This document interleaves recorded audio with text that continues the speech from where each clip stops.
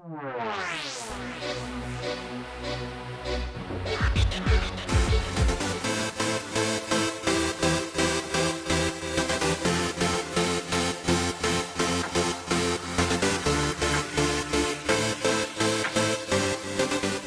guys, this is day 3 of my journey towards being a dynamic woman.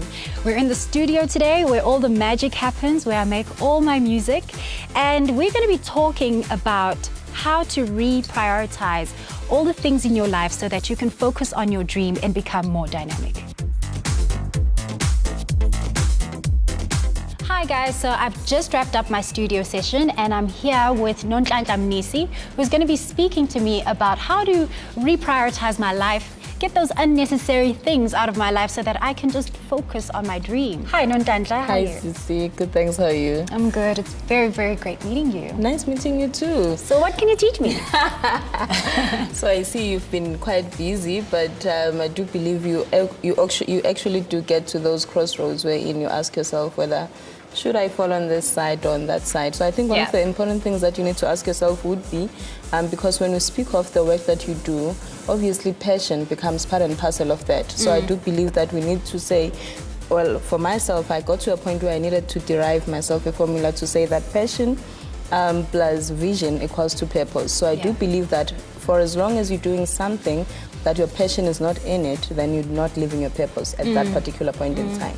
I say that because I do believe that it is the job that when we do, we feel that our heart is in it. Because there's a difference when you work with your heart and when you work with your strength. Because your strength will carry you through, but yet your heart will say, listen, it's 4 o'clock, you know, as an accountant, let me just, that's it, numbers shut down. But when you're doing the work that you know, that defines who you are, it's a different ball game altogether. So do believe that at some point it's quite not easy. You need to pay the price.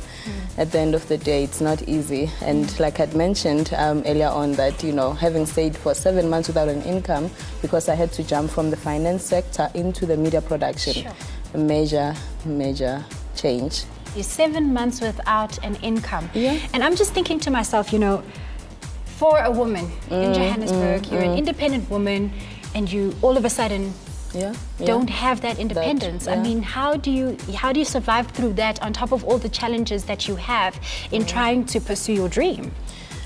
I mean, in terms of survival, honestly, it was tough, like I said, but I think one of the questions that I asked myself was, what is it that I would do even if I wasn't getting paid to do it?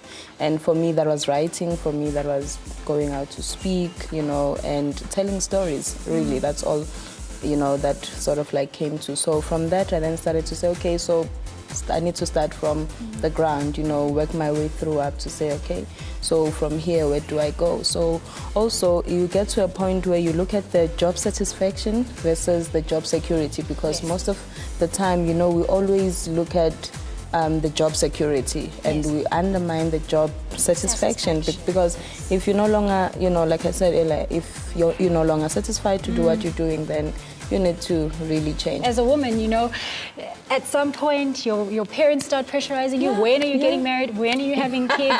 So we have even less time than men. And even when we are in those relationships and we are married, you know, then it's now I have to be a wife, now I have to be a mother and stuff. So we really are pressed for time as women. So while we still have the opportunity, I guess here the learning is we need to do all we can to pursue what we're doing. Most definitely. Now, if there's one thing that you've done is written this book about an overdue resignation.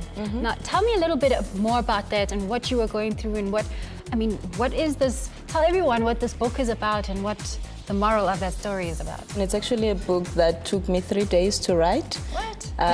Yes. Oh, you are passionate. I told you when it finds you in a way. So it's a book that speaks about the habits or things that we should have long said farewell and goodbye to.